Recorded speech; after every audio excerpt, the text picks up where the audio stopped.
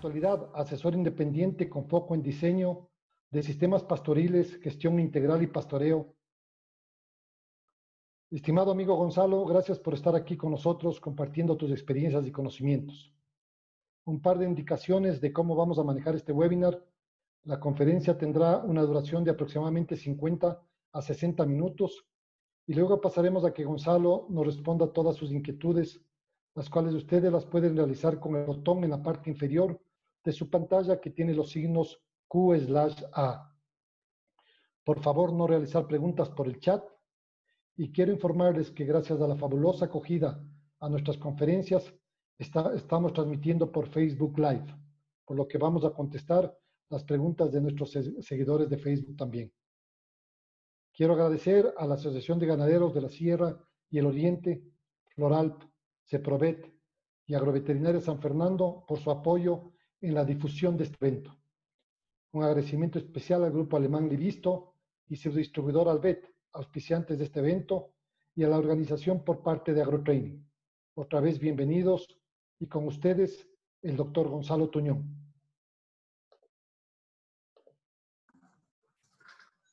Bueno, Rodrigo, muchísimas gracias. Ahí se me escucha bien, Rodrigo. Haceme un ok. ¿Está bien? Bueno, es un enorme placer participar, colaborar con Rodrigo y el equipo y tratar de aportar mi granito de arena. Cuando Rodrigo me invitó, fue en un última de segundo, le dije que sí, fue cuestión de intercambiar un par de mails y ya tratamos de contar una historia. Así que bueno, ese es un poco el objetivo hoy. Muchas gracias al BET, gracias a los sponsors, a Livisto, y bueno, y es un privilegio para mí hablarle al equipo técnico y sobre todo a toda la audiencia que acá, que gracias a la magia de Zoom, podemos estar todos juntos. Así que bueno, lo único que quiero complementar con la generosa introducción de Rodrigo es que tuve la suerte de gestionar ganaderías. O sea, no solamente yo tuve una pasión movida por la vocación de estudiar, estudié mucho, tuve varios mentores, y muchos de esos mentores lo voy a estar referenciando en la presentación, sino que también quiero poner sobre la mesa el hecho de que estuve en la operativa, estuve en la operación, en la gestión, fui encargado de ganadería, con lo cual me siento confiado, eso me da confianza para tocar ciertos temas y para discutir ciertos temas y para abrir el debate, que eso me encantaría que cuando ustedes cuando terminemos con esta reunión, ustedes se queden con la sensación de que se quedan con algunos mensajes, pero también con inquietudes y que nos motive a todos para seguir aprendiendo. Bueno, voy a compartir mi pantalla. Me tenés que dar el ok para que yo comparta, Rodrigo. Porque me dice host disabled participant screen sharing.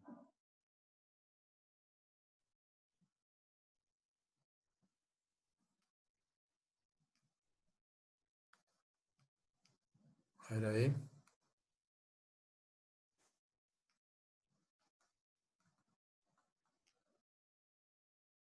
Ahí está. Bueno.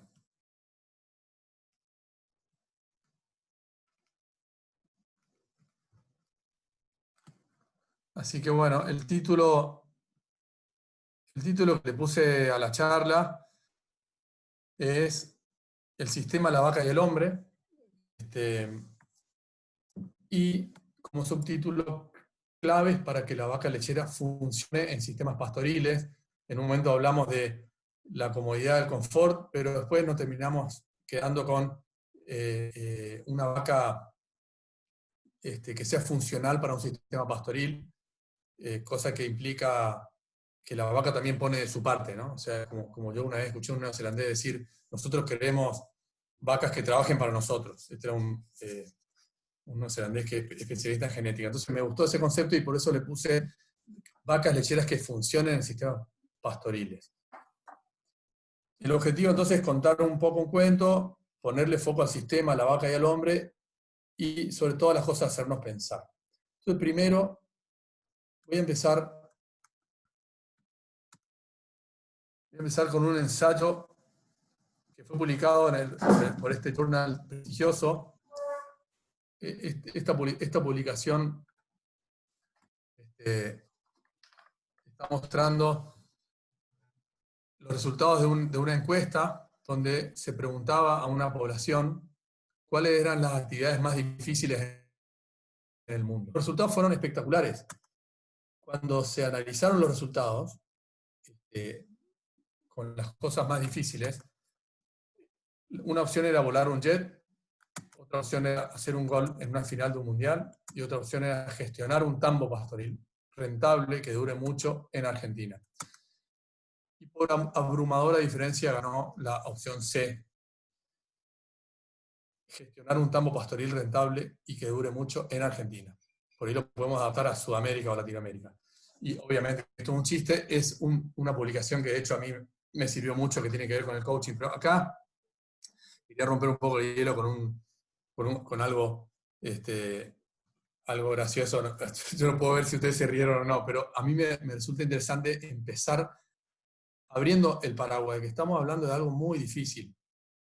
Hacer andar esto, hacer andar un sistema pastoril que combine de manera eficiente y rentable y amigable el sistema, la vaca y el hombre, no es tarea para cualquiera.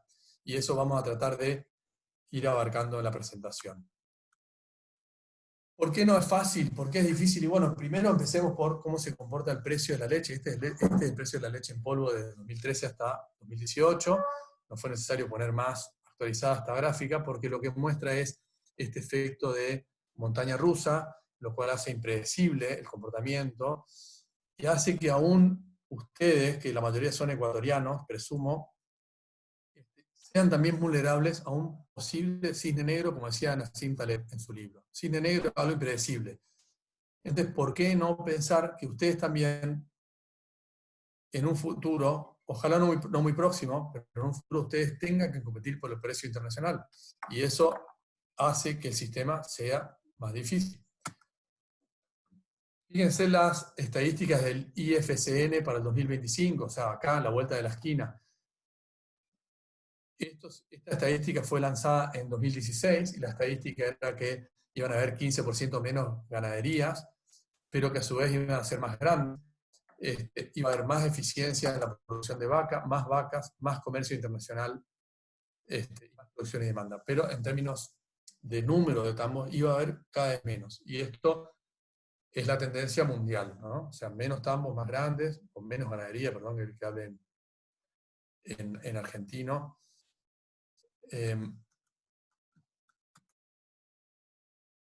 ¿Cuál es la parte buena? ¿Cuál es la mitad del vaso lleno? La mitad del vaso lleno que me parece que es buena, es que cuando hay una crisis hay una oportunidad. O sea, los chinos en sus símbolos ponen para ellos crisis es peligro y oportunidad. Hay una oportunidad, esta crisis nos mueve, nos hace pensar y nos hace más fuertes. Horan y Roche, que son dos eminencias en la parte, en todo lo que es tambos pastoriles, ganadería pastoril, son irlandeses los dos, pero Roche trabaja en Nueva Zelanda. Ellos publicaron una publicación muy interesante que hablaba de escenarios volátiles requieren sistemas resilientes. Hay una movida con eso, lo habrán escuchado, y lo quise traer a colación porque necesitamos estar preparados para la embestida de esa impredecibilidad que estamos viviendo. Entonces, hablemos un poco del sistema. O sea, una de las partes del título es el sistema. Sistema, fíjense qué cosa básica, pero a mí me hizo pensar, o sea, cuando estaba preparando la charla dije, o sea, ¿qué es sistema?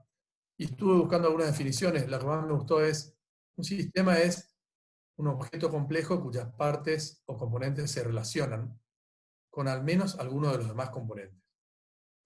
Me parece interesante ponerlo, o sea, cuando hablamos de sistema es imposible enfocar en una sola cosa pensando que eso no tiene impacto sobre lo demás, ¿no? Entonces, el sistema son muchas partes relacionadas.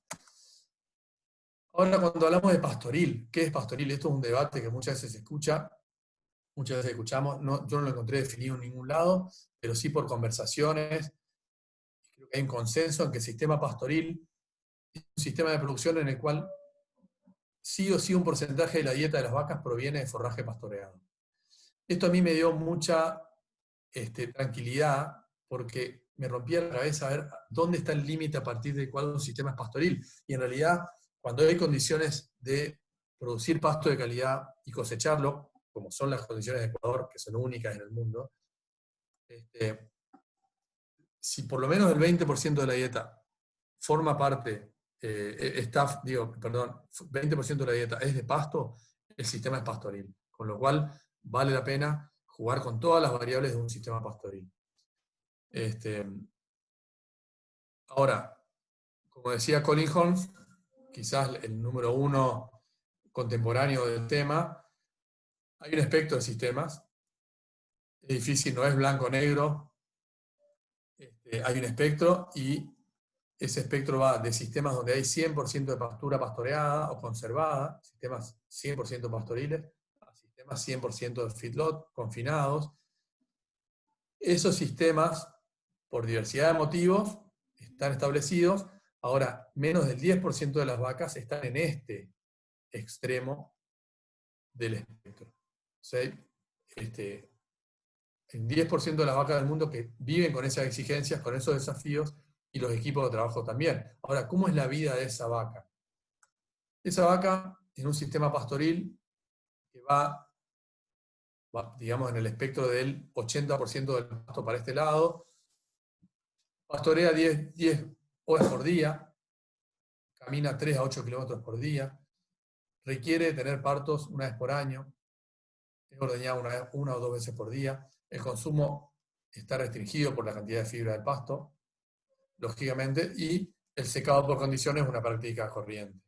En el otro extremo, una vaca que consume muy poco pasto, o que está en un sistema confinado, consume su dieta en 5 horas, en el caso de uno camina menos de 1 kilómetro por día, tiene intervalos entre partos largos, son aceptables, se puede ordeñar 2 a 3 veces por día y el consumo no está restringido.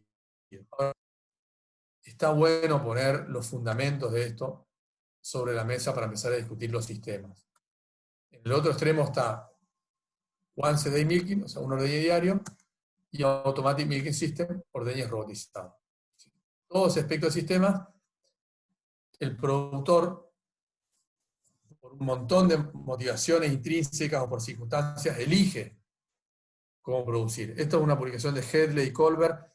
Colbert es una eminencia en la interacción genotipo-ambiente. Ellos publicaron que la elección del sistema depende de objetivos, actitudes, habilidades, recursos, la definición de éxito y valores del empresario, a lo que yo agregaría, pero debe ser rentable. Y eso es una condición vital que parece redundante ponerla, pero el sistema debe ser rentable. ¿Cuál es la foto grande del sistema? Cuando nosotros vemos en la estrategia, sigo en los fundamentos del sistema, y afortunadamente fui suficiente cantidad de veces a Ecuador como para poner esta gráfica. Por eso me animo. Y como les decía, como yo gestioné también ganaderías, yo me animo a poner esto. Cuando yo la estudié, yo decía, pero esto es una pavada. Yo decía, esto es obvio, pero no. A veces lo obvio vale la pena ponerlo de vuelta sobre la mesa.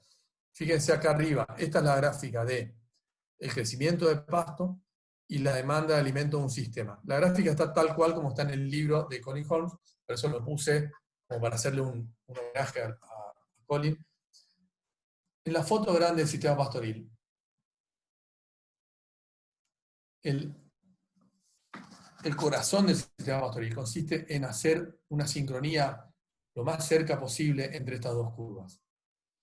Y eso tiene que ver con cuándo organizamos los partos, cuándo organizamos los servicios, cuándo organizamos los secados, tiene que ver con cuántos animales metemos por hectárea y tiene que ver con qué tipo de animal producimos. Todos esos esos factores que acabamos de describir son los que traccionan la demanda, son los que participan en la fuerza que cosecha el forraje y lo transforma en leche. Entonces, vamos a enfocarnos más que nada en la vaca y no tanto en la oferta. Vamos a enfocarnos en esa máquina de traccionar la demanda. ¿Qué queremos? Y perdónenme que siga con cosas de contexto, pero quiero que quede bien claro la parte de contexto para después volcarnos en la otra parte de la charla. Seguimos en el sistema. También parece obvio, pero ¿qué queremos en un sistema pastoril? O sea, si ustedes, la verdad que me gustaría verles las caras y saber cuántos ustedes son productores, cuántos son técnicos, pero todos estamos en el mismo juego. Y ya sea que somos dueños o asesores o hijos del dueño, o somos productores, o somos socios, y nos jactamos de estar produciendo un sistema pastoril, vale la pena repasar cuáles son nuestros objetivos. También cuento con el respaldo de Colin Holmes, que lo puso en su libro. Muchos dicen que es la Biblia del pastoreo. El sistema pastoril busca producir mucho pasto de calidad, que dure mucho, y optimizar la conversión de pasto en leche, o pasto en carne, y usa la suplementación como una herramienta para suplir déficits. Y lo puse eso en negrita porque el sistema pastoril requiere primero de comerse el pasto y después de suplementar, no al revés. Y esa la dejamos ahí porque la charla ahora va hacia otro lado, pero es un tema en sí, ahí abrimos una ventana muy interesante de eficiencia de la cosecha de forraje.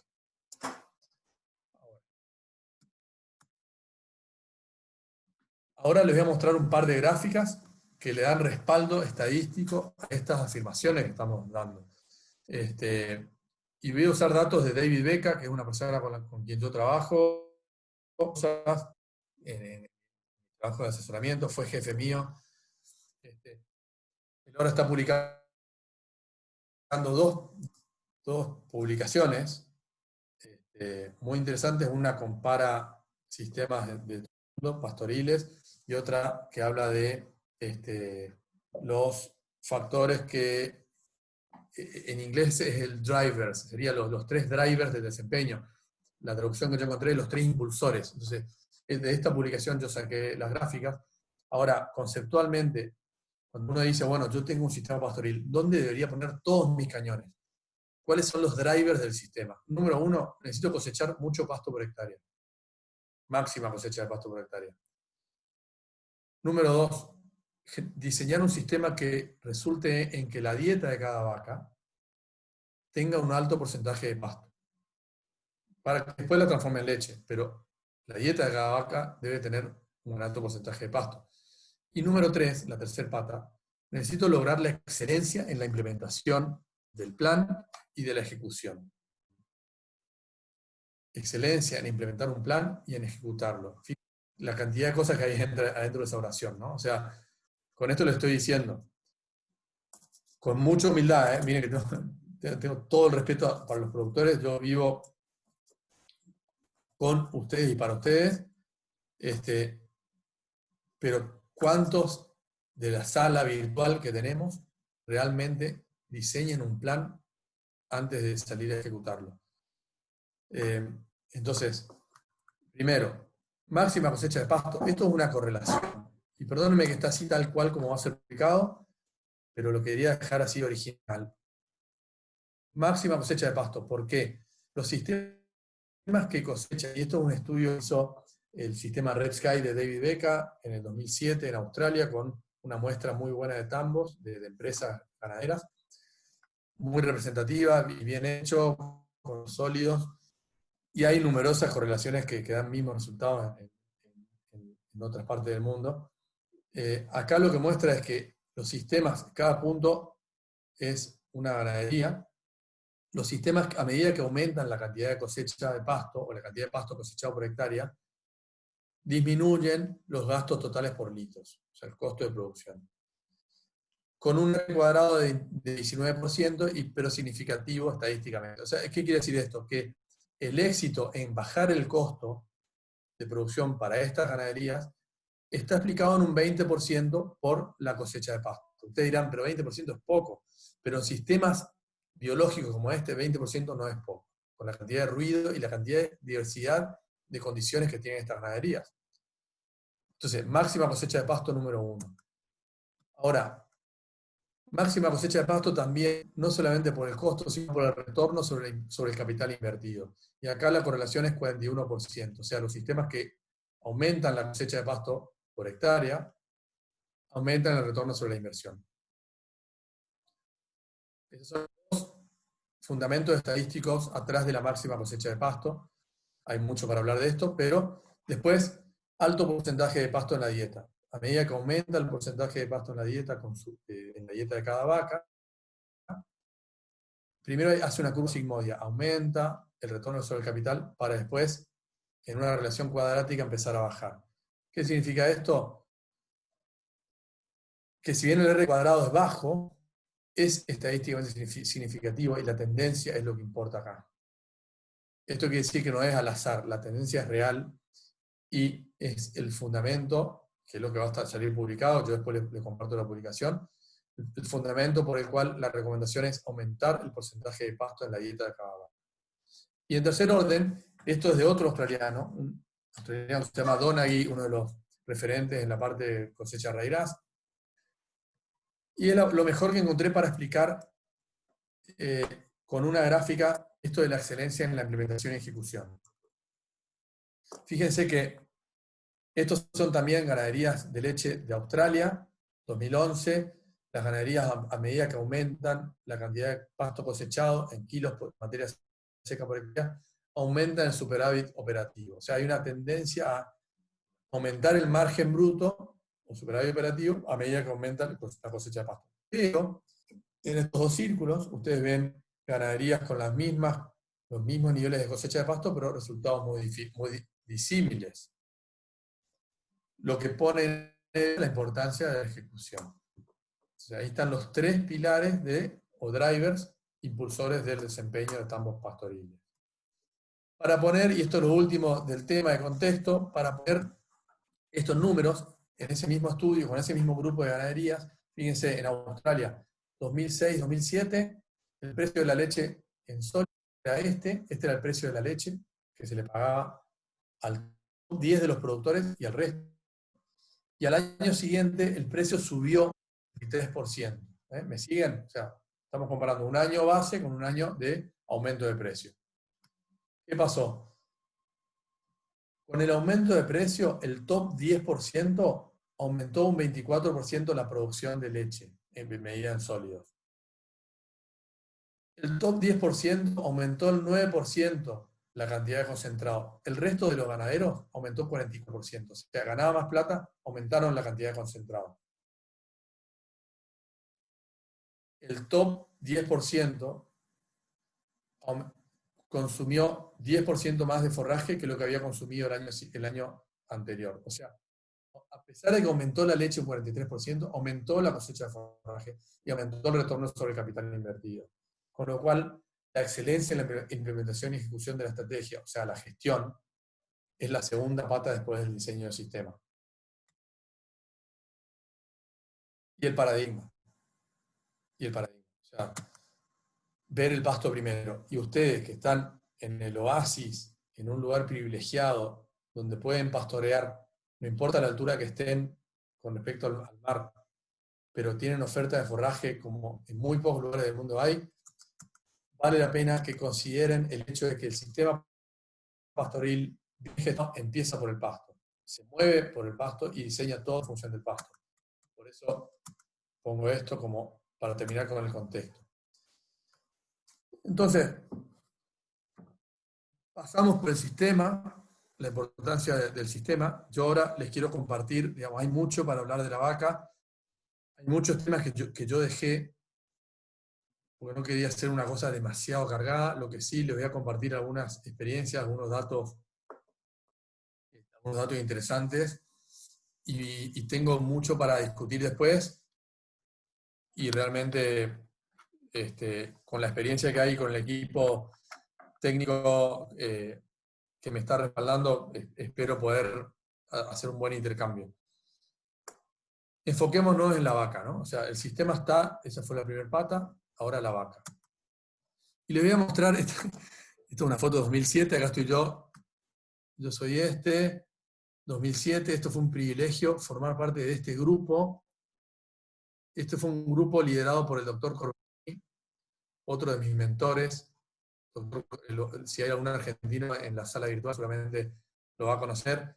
Carlos hizo su doctorado en Cornell y bueno, vino a Argentina, diseñó un proyecto de evaluación de monitoreo de vaca en transición, y esto éramos Ignacio Dorreta, Juan Grigera, Vicky Podetti, Pancho Uso y falta Fernando Vargo, que era parte del equipo, y alguno más que hizo un aporte. Lo que no es que sea autorreferencial, les quiero mostrar porque estos datos son una joya para Argentina, para la situación, para el tipo de país que somos, o sea, haber logrado lo que se logró, y yo haber tenido el privilegio de formar parte, es un orgullo, y todavía poder mostrar estos datos que siguen siendo vigentes. Esto fue un estudio que duró 4 años, que estuvo enfocado en la nutrición, enfocado en la vaca, toda la ventana, desde el secado hasta el pico de producción, una transición extendida, partiendo de la base de la premisa y de la hipótesis de que las enfermedades metabólicas como la cetosis subclínica y la hipocalcemia al parto son desencadenantes de un sinnúmero de patologías. En esta gráfica de Curtis y Gron, sobre la cual se basó Carlos para diseñar el estudio, ustedes ven cómo la cetosis resulta en un 54,1% aumento de chances de repetir servicios, y a su vez repetir servicios, resulta en 2,8 chances de tener ovarios quísticos, y a su vez resulta en 1,5 chances de tener anestro. Entonces, estas dos enfermedades sobre las cuales pusimos foco fueron la base sobre la cual diseñamos todo el seguimiento de las ganaderías. Hicimos durante ese tiempo un montón de cosas, pero básicamente seguimos 45 ganaderías en Argentina en distintas partes, regiones productivas. Esto fue publicado, pero la verdad que publicamos un 1% de lo que podríamos haber publicado. Estos fueron 2 abstracts que publicamos en 2008, creo. Ahora recientemente acaba de salir un paper que publicamos en el Vet Journal de Nueva Zelanda, con algunos datos, afortunadamente. Entonces, el objetivo de este ensayo, de este gran ensayo, era evaluar la incidencia, el impacto económico de enfermedades del periparto. La metodología fue monitorear y evaluar 22.772 lactancias en 37, pero después se terminó 45. Lo que pasó es que algunas de las ganaderías no tenían suficiente calidad de datos, con lo cual la base de datos es menor a las 45 ganaderías. Y lo que se hacía básicamente era un monitoreo muy de cerca del estado corporal, con una rutina, y se hacían mediciones de cetosis, asistencia al parto, acidosis, y se estudiaba la incidencia de las enfermedades metabólicas que están acá descritas, y mortalidad, causas, momento, días en leche con respecto a la mortalidad. O sea, perdón, a la mortalidad. Yo estaría encantado de pasarles información a través de Rodrigo y su equipo. Acá lo importante es, fíjense cómo salimos del sistema y nos estamos metiendo en la fisiología de la transición para ver cómo prevenir enfermedades y cómo prevenir pérdidas económicas. Entonces, la escala de Ferguson era el corazón, en realidad el corazón del proyecto. Parte del corazón del proyecto era el monitoreo riguroso de condición corporal. Se usó la escala de puntaje de condición corporal de Ferguson de 1 a 5, con objetivos al secado para las vacas de 3,25 y para las vaquillonas de 3,75, y una pérdida al pico de producción de menos de 0,75. Entonces, se imaginarán que el seguimiento de las ganaderías tuvo mucho de capacitación. Esta es una foto de Juan Guijera haciendo una capacitación en el cepo, en las instalaciones de una ganadería. Es una foto muy común, o sea, está trabajando con la gente y capacitando para generar consistencia en los criterios de evaluación, registros y demás. Así que ahora les voy a compartir algunos resultados.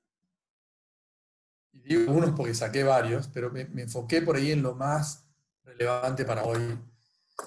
Esta gráfica que muestra es el estado corporal al parto en vaquillonas, o sea, y cómo es su relación con la producción de leche. Entonces, fíjense, acá abajo, lo que dice esta gráfica es, la vaquillona que parió con 2 puntos, y voy a poner acá 2 puntos de vuelta, muy flaca, produjo 17 litros en 15 días.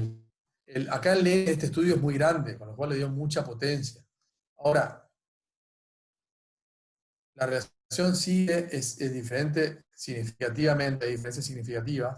Esto fue publicado, esto fue presentado por Juan Grigera en un meeting del Daily Science. Ahora, las vaquillonas que parían con 3,75, este estado, lograban 25 litros en sus primeros 15 días de leche. O sea, con todo el ruido de la cantidad de distintos de biotipos, todo lo que había en este estudio. Esto es vaquillona. Ahora en vacas, la vaca que paría en 3,25 es la que lograba el pico máximo a los 15 días para después caer en una curva descendente, lo cual nos daba, es lo que uno espera, o sea, la vaca más gorda de tener problemas. Así que bueno, son resultados, están ahí y son el fundamento para insistir sobre este tema tan básico que nunca pasa de moda. Ahora, fíjense qué interesante, datos del 2007, o sea, publicados en 2007, son datos 2005, 6, 7, 8. Pero esta es la parte inicial de estudio con 5.379, 15 lecherías, o sea, esto fue de las primeras cosas que hicimos. Lo que muestra es el estado corporal al parto y el intervalo parto-primer servicio. Entonces, fíjense, esto es vaca y vaquillonas juntas. Aquellas vacas y vaquillonas que parían con estado, o sea, que parían flacas, tardaban 87 días en recibir su primer. Aquellas vacas, vaquillonas que parían con 3,25 y 3,75 en el mismo grupo, tenían un intervalo entre parto y servicio de 76 y 78 días. Son datos. La importancia del estado corporal al parto. Ahora, téngame paciencia, le voy a mostrar algunas tablas de estas con estadísticas que son útiles y siguen vigentes. Empezamos a ver, o sea, con la base de datos que tenemos, fuimos capaces de compararnos con las bases de datos que habíamos estudiado, de GOF y demás, y veíamos que partos asistidos teníamos un 3% en vacas, 28% en vaquillonas. Placenta, 8,4. Caídas, hipocalemia clínica, 5,908. Metritis, 4,45. Muertas, 4,13. Ahora, esto de por sí es muy interesante. Espero que a ustedes les despierten interés. Esto después lo compartimos. Pero lo más interesante es la variabilidad. Estos son los mismos datos, pero fíjense la variabilidad. Parto asistido, que puede ser subjetivo, depende de cómo lo registran. 2,4, 20. Veamos muertes. 0,6, 6,5. 10 veces, o sea, más de 10 veces, 11 veces la diferencia entre los extremos. 0,4, 4,4. Fíjense cetosis, 0,5, 8,2. Mastite, 63%. Entonces, mucha variedad, un rango muy grande entre ambos para incidencia de enfermedades en los primeros 90 días. Esto es espectacular. Espectacular, pero por lo angustiante. De 15.000 partos, solamente el 32% de vacas pasa la transición sin problemas. O sea, 1 de cada 3 pasa sin problemas, según este estudio, ¿no? Casi la mitad tienen más de un problema. Por eso esas gráficas que mostramos, ¿no? Y en vaquillonas, 1 de cada 3 no tienen problemas, y 1 de cada 2 tiene más de un problema. Entonces, esto es otro dato interesante por el cual, enfocándonos en la vaca, vale la pena hacer un esfuerzo muy grande en prevenir enfermedades y poner a disposición herramientas de prevención.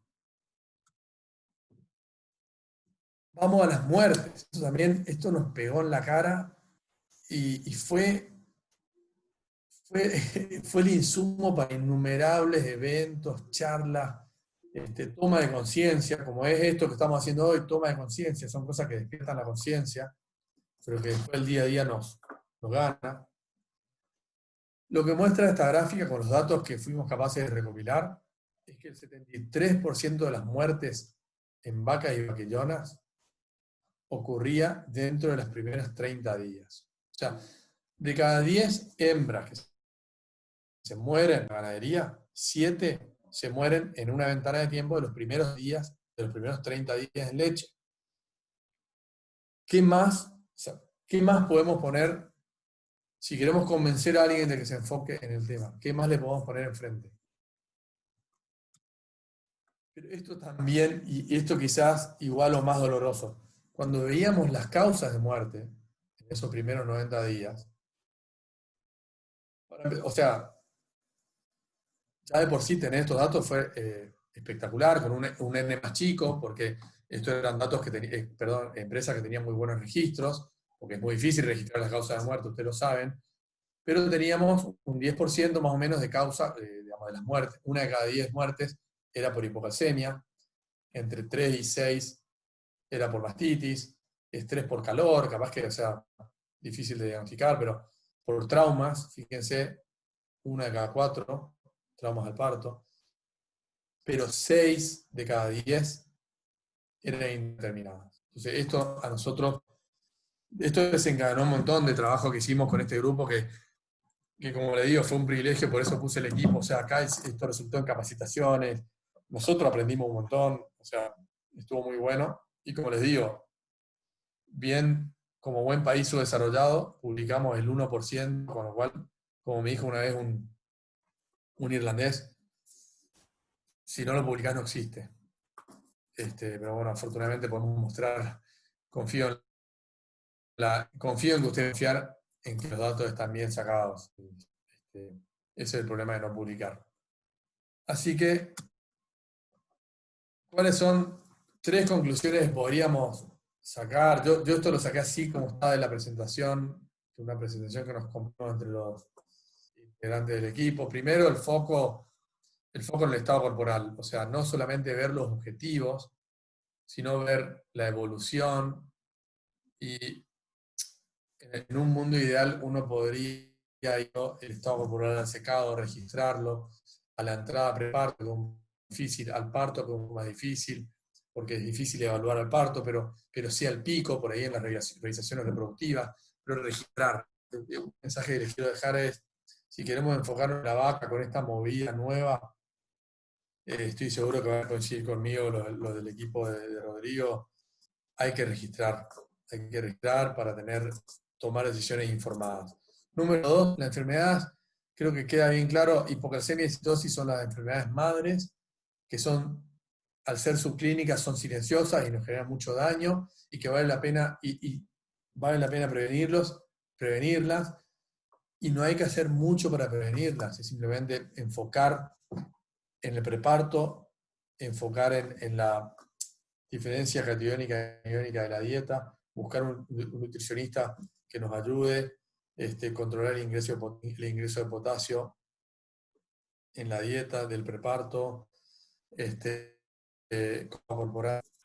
Así que, bueno, también tiene que ver con registrar y enfocar. Y otra conclusión muy fuerte, la mortalidad. O sea,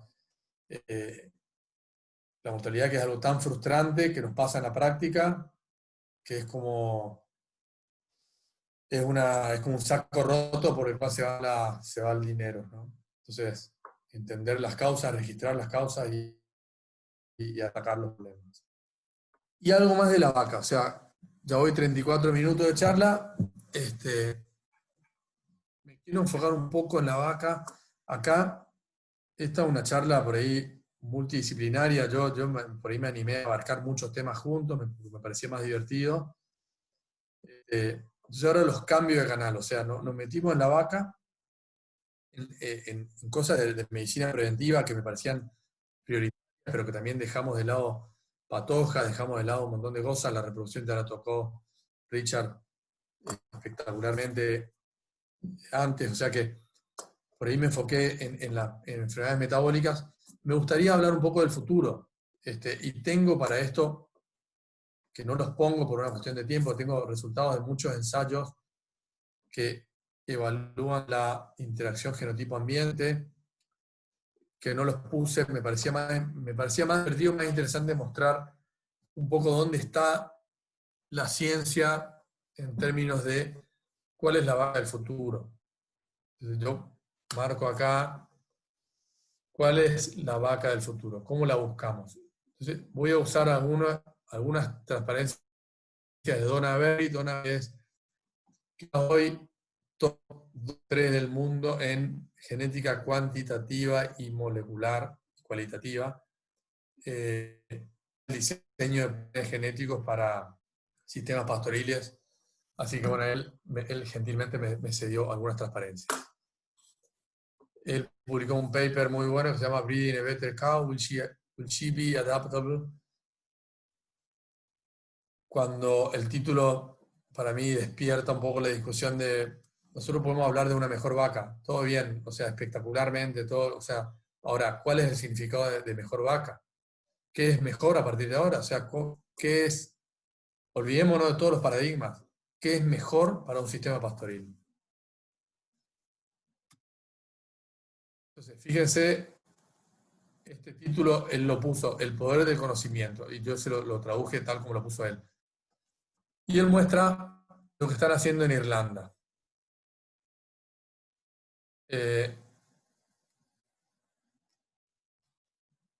Perdón que estoy sacando el cosito, ahí está.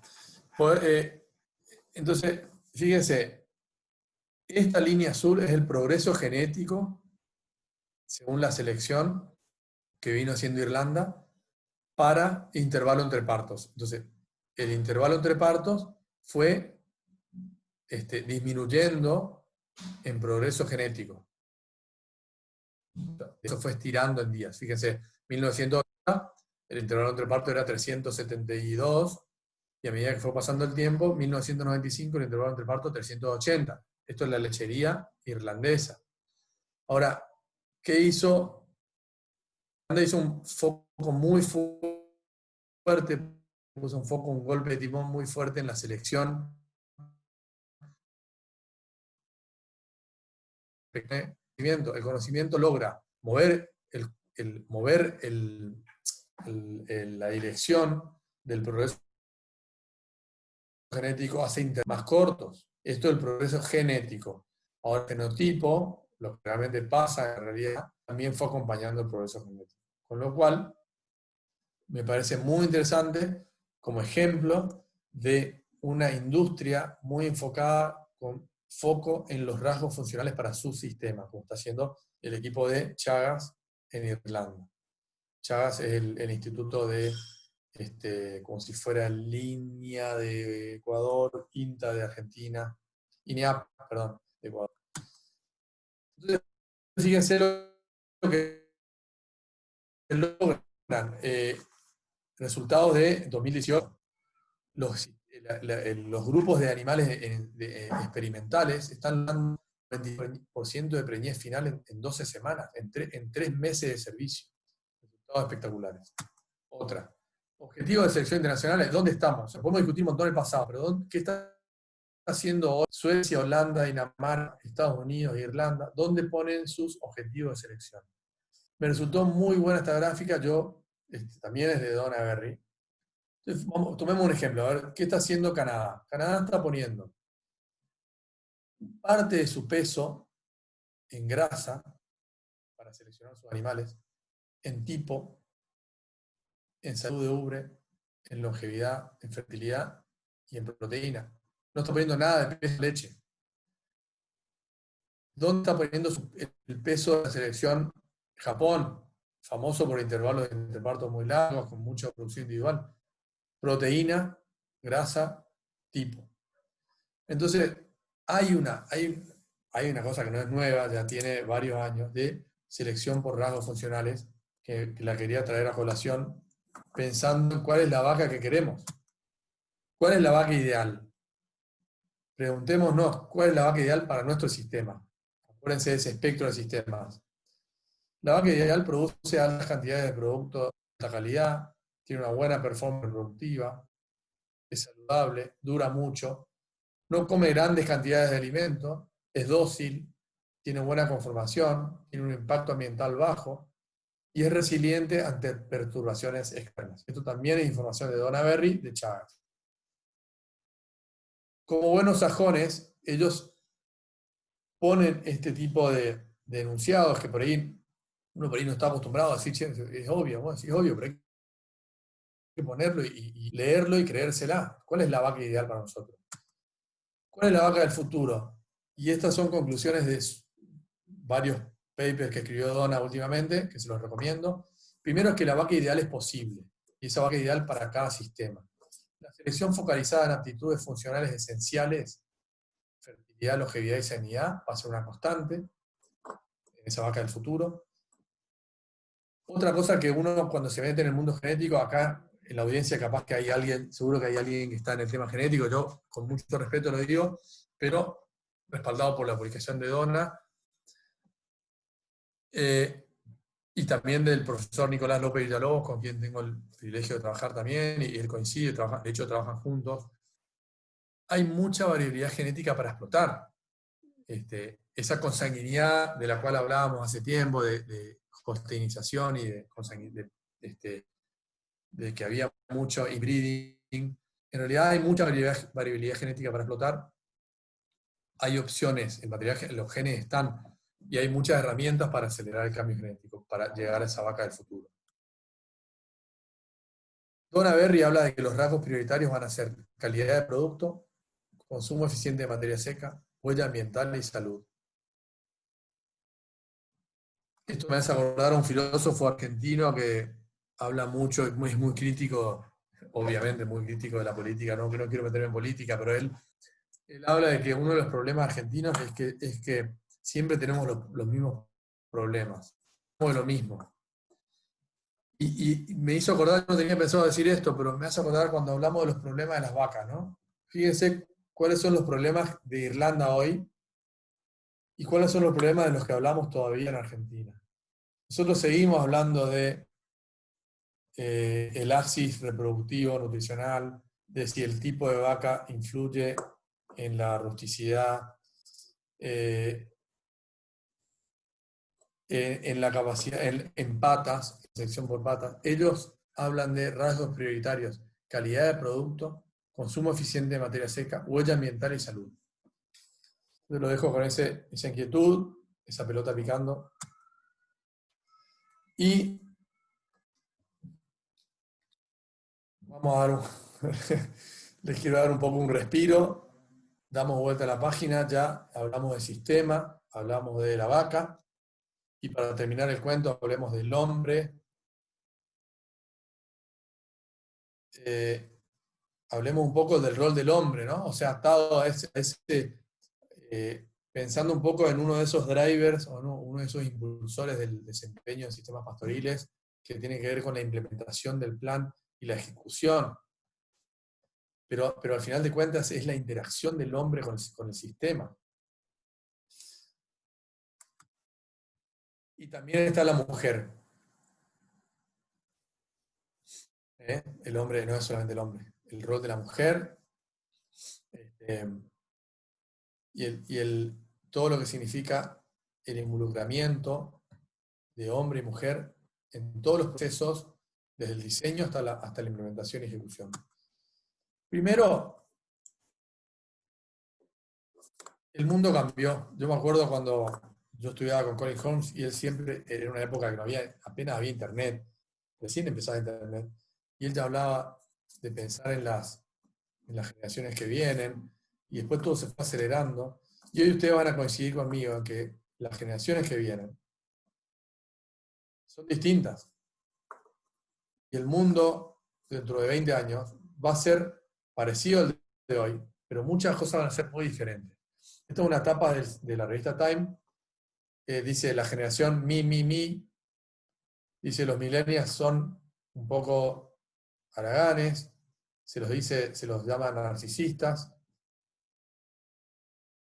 pero nos van a terminar salvando a todos. Entonces me pareció bueno.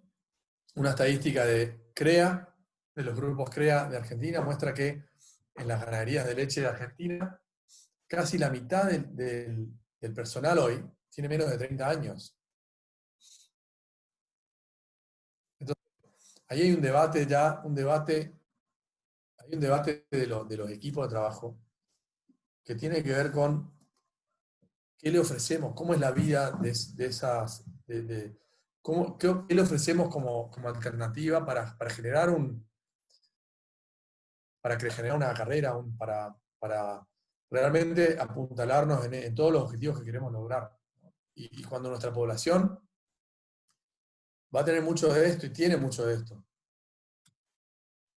Hace un tiempo me llegó un tweet de una universidad de Australia, también Australia, pero digamos, está muy citado Australia, pero me parece que es un ejemplo de los países del primer mundo, que hace tiempo vienen enfocándose en estos temas. Este era un estudio que mostraba que un dairy farmer de Australia, o sea, una persona a cargo de gestionar un sistema pastoril, le contaron 170 habilidades.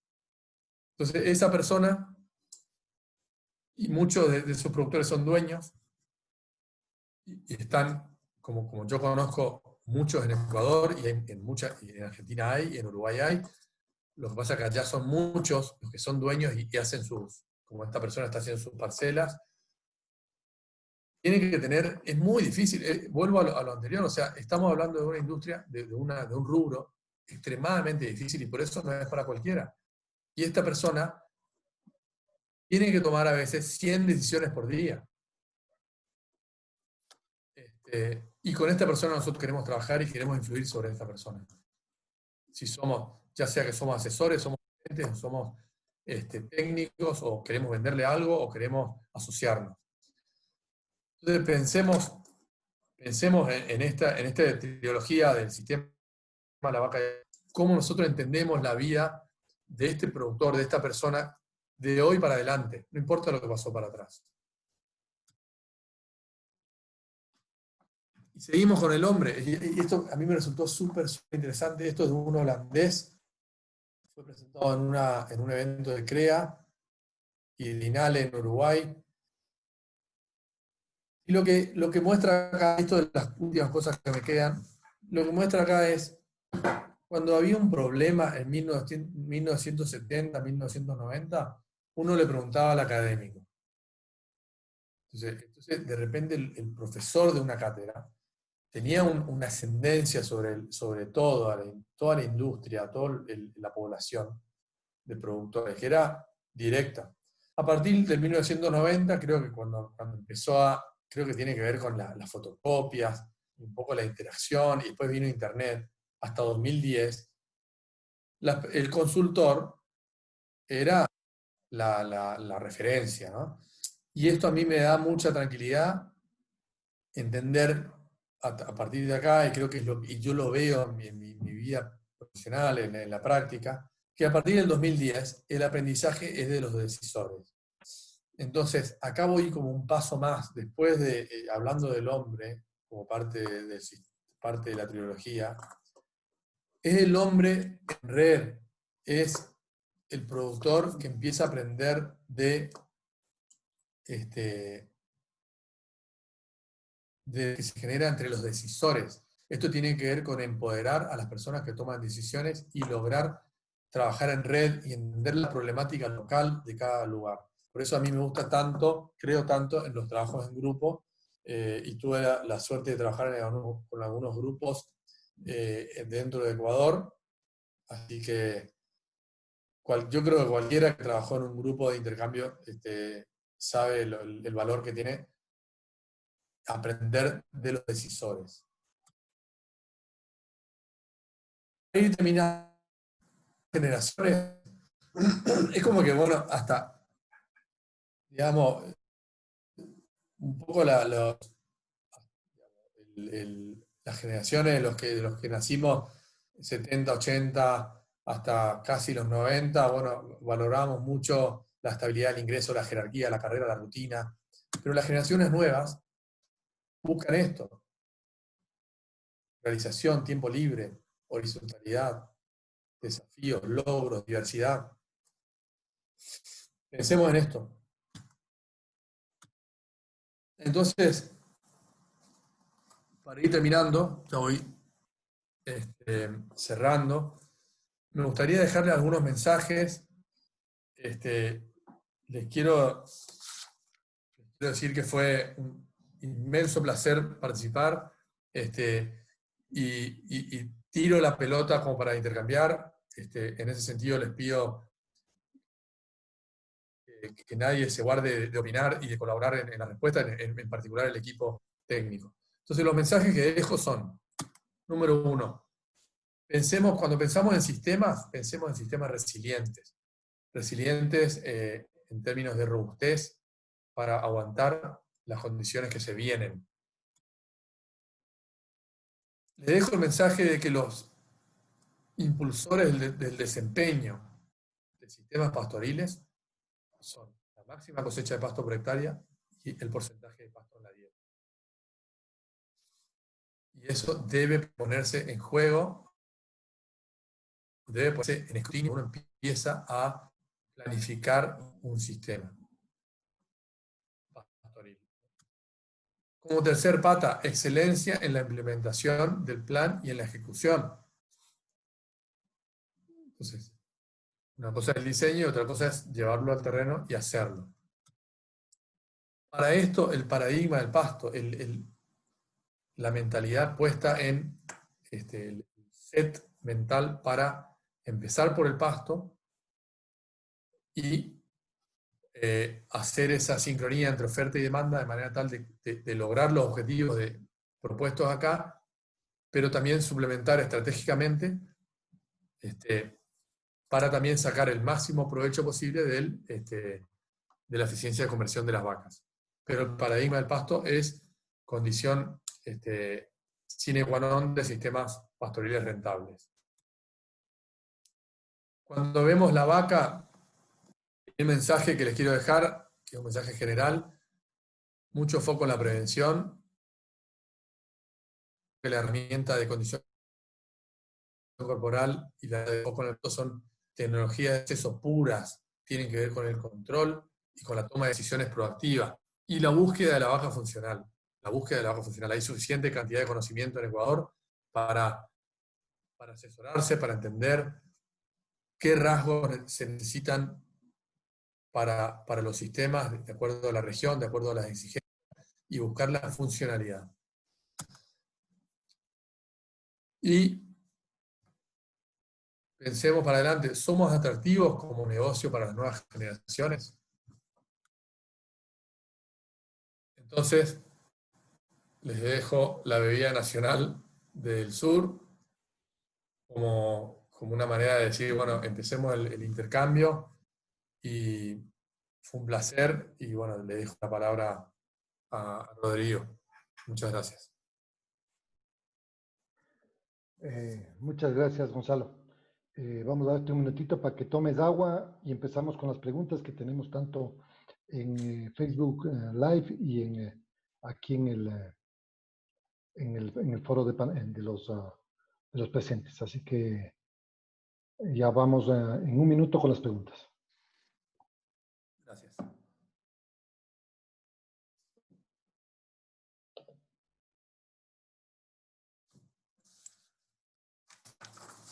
A ver, Jacobo, si te conectas, y Cristian, por favor.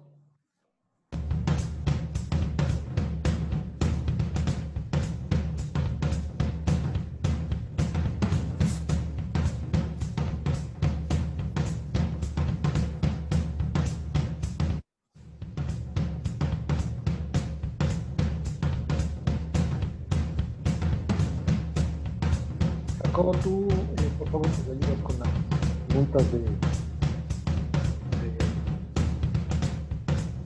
de Facebook Live, ¿sí? Por favor.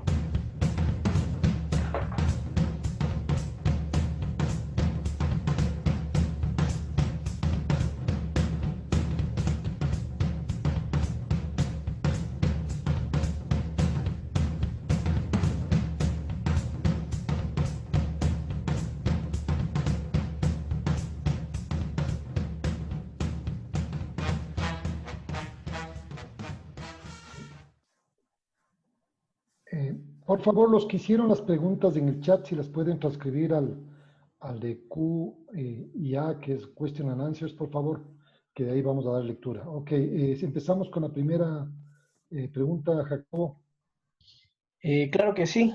Primera pregunta que nos llega de Facebook.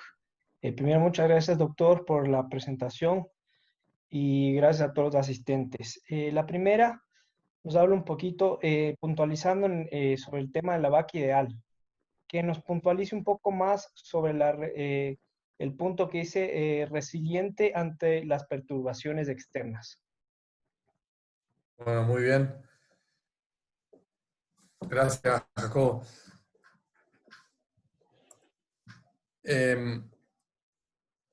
La vaca ideal, creo que, bueno, el objetivo de la publicación de Donna Berry, que yo lo tomé y espero haber sido elocuente y claro con eso, la vaca ideal depende de las condiciones de cada lugar, ¿no? O sea, por eso es la vaca ideal para cada uno. Uno no puede, yo no puedo pretender que mi vaca ideal sea la misma vaca ideal de un lugar que queda posiblemente en otra latitud, pero también en otra altura, con otras circunstancias, con otro clima. Entonces, primero yo lo que trataría de hacer énfasis en que la vaca ideal es la vaca ideal para mi sistema. Inclusive dentro de una misma región, depende de cuáles son mis objetivos productivos. Si yo tengo un sistema pastoril, y entiéndase el sistema pastoril como aquel sistema en el cual yo quiero salir a cosechar forraje, mi vaca ideal va a ser una vaca que sirva para esa función. Ahora, yo puedo estar en una zona pastoril como la Sierra Ecuatoriana y elegir por diversos motivos, como decía Hedley y Colbert en la publicación, por diversos motivos yo elijo hacer un sistema estabulado y me dan los números y gano plata. Mi vaca ideal no va a ser una vaca pastoril, va a ser una vaca para un sistema confinado. Entonces, eso vale la pena resaltarlo porque la vaca ideal va a depender de la elección del sistema y va a depender a su vez de qué porcentaje de pasto yo pretendo poner en la dieta de esa vaca. Una vaca, dentro del espectro pastoril, una vaca con la cual yo quiero salir a cosechar el 70% de la dieta de cada vaca en pasto, es una vaca que necesita caminar mucho, necesita pasar muchas horas pastoreando. Imagínense que el 70% de la dieta en pasto, para una vaca que come en promedio 18 kilos, son por lo menos 12 a 13 kilos de pasto por día. Entonces, resumiendo, la vaca ideal depende de mis condiciones. Yo tengo una vaca ideal para un sistema confinado, estabulado, un sistema de altos insumos, de alto ingreso de concentrados, y en la parte más pastoril tengo una vaca que quiero que coma muchísimo pasto por día, que son 12 kilos de materia seca de pasto, o 13, pero inclusive también si quiero que coma menos pasto, necesito una vaca funcional. Entonces, ¿qué significa una vaca resiliente a las perturbaciones externas? Y es una vaca que, como ustedes conocerán,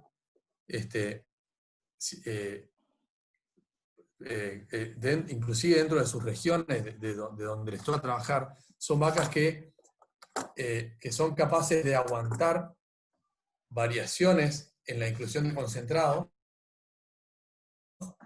sin enfermarse y sin resentirse su reproducción, pero que responden a la inclusión de concentrado. Entonces, esto es lo que se está encontrando después de muchos años de selección genética en países como Nueva Zelanda, como Irlanda, como países escandinavos, que lograron vacas que no quiere decir que sean pastoriles, que producen poco. O sea, de hecho, son vacas, nosotros decimos las vacas de alta producción pastoril, son vacas que logran producir por kilo de peso metabólico un alto nivel de componentes de leche. Entonces, cuando las condiciones de precio ameritan, uno puede lograr una buena respuesta al concentrado, pero cuando las condiciones de precio son muy exigentes, y a eso va la alusión de perturbaciones externas, básicamente situaciones de precio muy malas, uno puede retirar concentrado de esa vaca y no ocasionarle un perjuicio muy grande en la producción y la reproducción. Básicamente es eso, pero también, para no hacerla muy larga, pero también perturbaciones externas son situaciones pastoriles en las cuales las vacas deben caminar muchos kilómetros. si ustedes contaron los kilómetros que caminan las vacas en sistemas pastoriles, se van a sorprender la cantidad de metros que caminan las vacas, y más en ganaderías de la Sierra de Ecuador, que yo conozco, con superficies difíciles, con barro, con pendientes. Entonces, esa perturbación es una perturbación que requiere de una vaca resiliente, que aguante situaciones en las cuales por ahí tienen que caminar muchos kilómetros en superficies difíciles. Gracias, Gonzalo. Te voy a pedir que cortemos un poquito tenemos muchas preguntas, no creo que vamos bueno. pero estuvo Está espectacular tu Dale, presentación. hagámosla más corta, hagámosla más corta. No, Cristian, por perdón, favor. Rodrigo, y no quiero que se queden callados Cristian y Jacobo, por favor agreguen, o sea, seguro que nos vamos a quedar corto de tiempo, pero por favor acoten, agreguen, y yo prometo hacer las respuestas. Vamos, Cristian. Está sin audio, Cristian.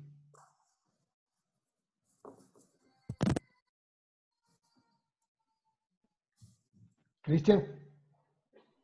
A ver, hasta que Cristian esté con audio. Tengo una pregunta que le voy a resumir. Son dos preguntas de dos ganaderos importantes de Machachi Cayambe, José Iván Gallegos y Eduardo Letor.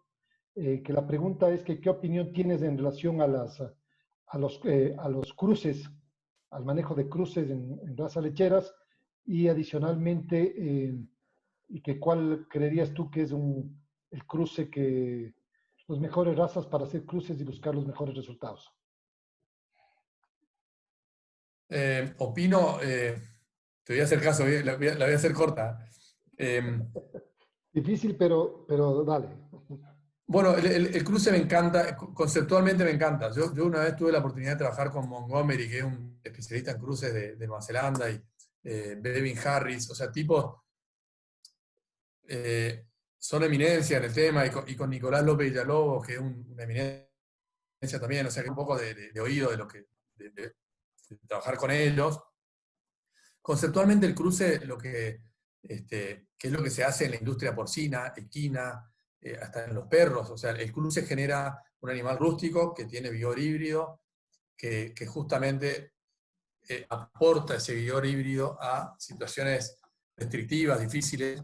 O sea que conceptualmente me encanta el concepto de cruzamiento por ese vigor híbrido y por las posibilidades de aumentar el pool genético para tener características de dos razas, o a veces tres. Ahora, el cruce también genera una dificultad en el F2, o sea, yo tengo una raza madre, vamos a suponer que es Holstein y Jersey, ¿no? Y que no es la única opción, puede ser un pardo suizo, Holstein, un sueca roja, pero yo tengo las dos razas puras, obtengo el F1, donde yo obtengo el vigor híbrido. El tema es qué hago después. Y ahí es donde se pone complicado, se pone más complicado porque como yo evito que una raza absorba a la otra, es cuando realmente hay que evaluar bien si no conviene usar directamente toros cruza, en el caso que uno quiera ir hacia una cruza. El tema de las tres cruzas que están manejándose mucho ya ahora, de tres razas. Sí, me parece que persigue, me gusta, tuve oportunidad de trabajar con algunos productores en Ecuador que lo hacen y buenos resultados. Ahora, yo creo que muchas veces le damos más peso de lo que tiene. O sea, yo creo que al hacer bien todo lo demás, yo podría convivir con una triple cruza de la misma manera que con una doble cruza, o directamente con un kiwi cross, u otro toro, que no sea kiwi cross de Nueva Zelanda, sino otro cruzado sintético de otro origen, porque sinceramente creo, por experiencia propia, y corríjanme si hay algún genetista, pero una vez que yo pierdo el vigor híbrido del F1, ya al perder el vigor híbrido pierdo el gran impacto de la cruza. Después ya entra a jugar si yo soy capaz de mantener un rodeo estable y poner presión de selección sobre ciertos rasgos, y tengo sobrevida en las vacas para hacer yo un descarte voluntario y no perder animales. Y la estoy haciendo larga de nuevo, pero me encuentro muchas veces con objetivos bien plantados en F1, pero que después no logran prevenir enfermedades como lo que venimos hablando, y pierden toda la presión de selección que pudieron haber hecho, la pierden por pérdidas no solamente metabólicas, sino infecciosas y demás. O sea que es un tema que no es mi tema, pero que me animo a opinar por haber trabajado con estas personas que te digo, y bueno, y también por la práctica, por la experiencia de trabajar con algunos productores. Perfecto. Cristian. Está sin audio, Cristian. Está sin audio, Cristian, no te funciona el audio. Vamos, Jacobo. Claro, aquí nos llega otra pregunta del Facebook. Nos preguntan, ¿cuál es el porcentaje ideal de pasto en la alimentación de la vaca en el sistema Cebes tabulado? ¿En el sistema semi-tabulado? Correcto. Ok. Uf, qué pregunta. O sea,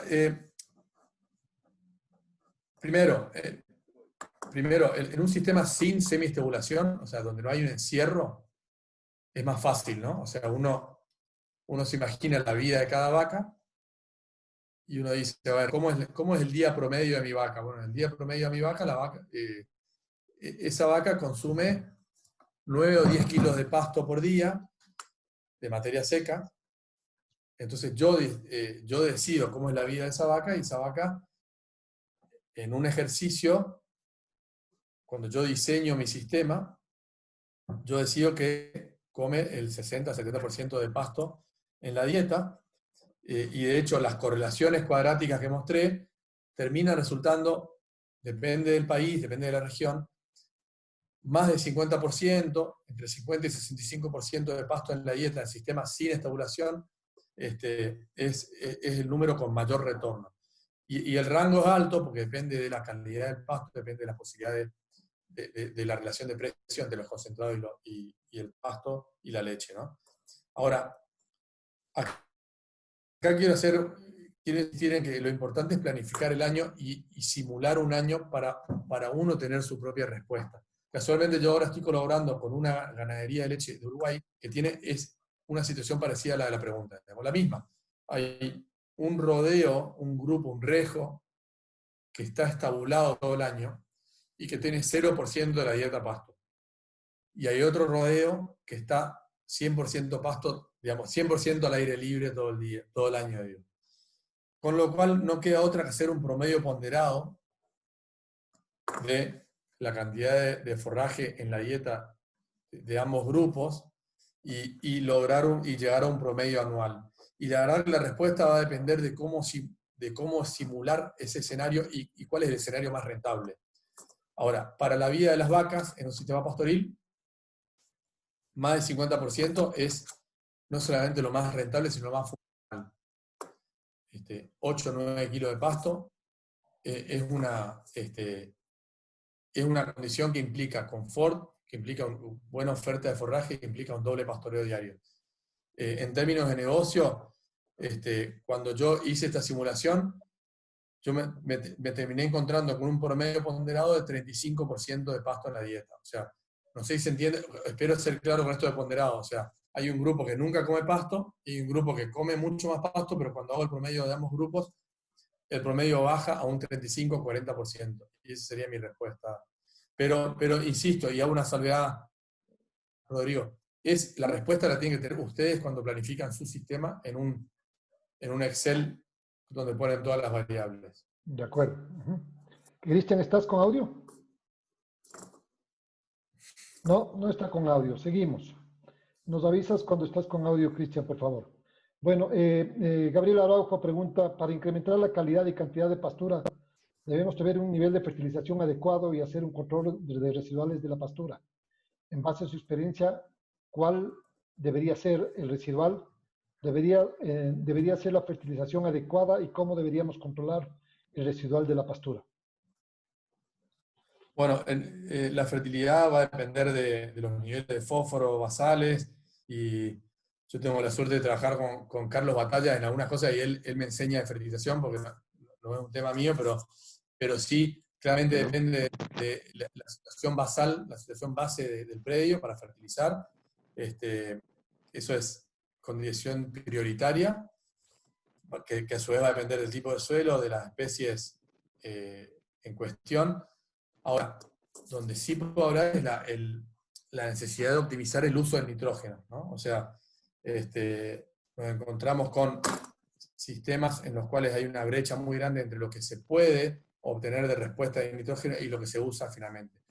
Ahora, Ecuador es un lugar donde se usa mucho el nitrógeno, con lo cual asumo de que el nitrógeno, la aplicación de nitrógeno no es un problema, pero por si acaso, digo, las respuestas de nitrógeno son muy altas, inclusive hasta, como dice la literatura, y hay literatura australiana también casualmente, que habla de 0,8 a 1 kilo de nitrógeno por día de crecimiento. O sea, si tenemos una pastura que dura 300 días, las recomendaciones pueden llegar a ser entre 270 y 300 kilos de nitrógeno por hectárea por año. Perfecto. Y después, en términos de manejo, y ahí sí que hay un mundo de manejo que en líneas generales significa o resulta en una diferencia potencial de 30% de rendimiento de las pasturas en un año y en mucho rendimiento en términos de persistencia. O sea, si uno hace bien las cosas con una pastura, está probado, y lo tenemos probado en ensayos sistémicos, que hay especies que duran 1, 2, 3 años más, depende de la especie. O sea, hay un efecto de largo plazo de manejar bien las pasturas y un efecto de corto plazo en estaciones y en años. Para darte una respuesta práctica, que esto ya lo tenemos recontra hablado y está recontra expandido en Uruguay, perdón, en Ecuador, no se puede manejar pastura de raíraz como las que hay, raíraz perenne como tienen en Ecuador, si no controlan los remanentes a un nivel de 5 centímetros, de 5 centímetros, 5 o 6 centímetros, depende de la elongación del pseudotallo, 5 o 6 centímetros, que es una altura así, porque de otra manera, si uno quiere lograr eficiencia en la producción, calidad y persistencia de las pasturas, y no obtiene remanentes buenos de 5 centímetros, tira por la borda todo lo que podamos hacer de fertilización y de refertilización. Por ahí el mensaje que les dejo es 5 centímetros de remanente para hacer toda la rueda de momento de entrada y pastoreo sucesivo para cosechar mucho forraje. Perfecto. ¿Jacobo? Sí, aquí tenemos una pregunta. No. ¿Podría incrementar el riesgo de enfermedades parasitarias en sistemas pastoriles?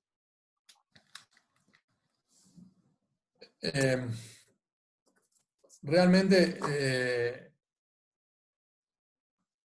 el ganado adulto es un ganado que no sufre tanto de las parasitosis. No digo que no tengan parasitosis, pero es un tema que no es visitado con frecuencia en la práctica porque no tiene el impacto que tienen por ahí otras de las cosas que estuvimos hablando.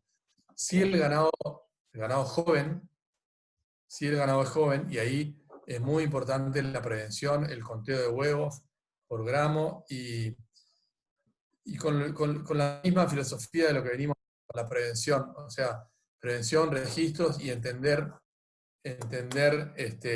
que el hacinamiento resulta en mayores chances de conteos de huevos por gramo altos, de resistencia de parásitos, y de la misma manera la rotación en un campo genera oxigenación, rayos ultravioleta, además que son de por sí la naturaleza, digamos, cómo evolucionaron los rumiantes. Pero para ir a algo concreto, lo importante para dar una respuesta concreta me enfocaría en categorías chicas y me enfocaría en el diagnóstico diagnóstico y prevención. Perfecto. Creo que ya estás con audio, Cristian. Buenas noches con todos. Hay una pregunta importante. En el sistema pastoril, ¿la cría de los terneros se hace en jaulas o directamente en potrero? Mira, hay de todo. La verdad que tiene mucho que ver la escala, tiene mucho que ver la cultura del predio, tiene mucho que ver la calidad del trabajo, la calidad de la mano de obra. Yo conozco sistemas que chicos y grandes, pero que tienen crianzas muy intensivas y casi prácticamente un trato individual al ternero, que funcionan muy bien, pero de la misma manera conozco predios de distintas escalas, donde hay